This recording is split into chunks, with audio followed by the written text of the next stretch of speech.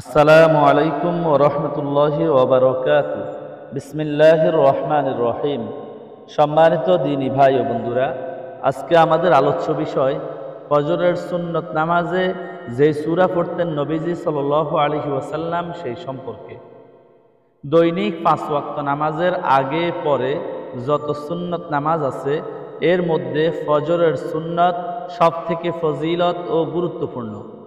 এই সম্পর্কে উম্মুল মুমিনিন আয়েশা রাদিয়াল্লাহু তাআলা আনহা থেকে বর্ণিত, রাসূলুল্লাহ সাল্লাল্লাহু আলাইহি ওয়াসাল্লাম বলেন, ফজরের ২ রাকাত সুন্নত দুনিয়া ও দুনিয়ার মাঝে যা কিছু রয়েছে তা থেকে উত্তম। সহিহ মুসলিম শরীফ ৭২৫ নম্বর হাদিস।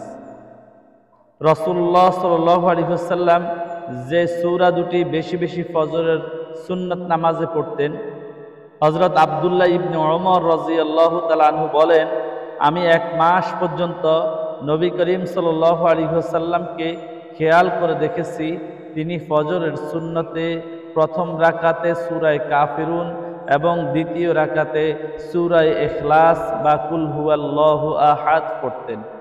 তিরমিজি ৪১৭ নম্বর হাদিস।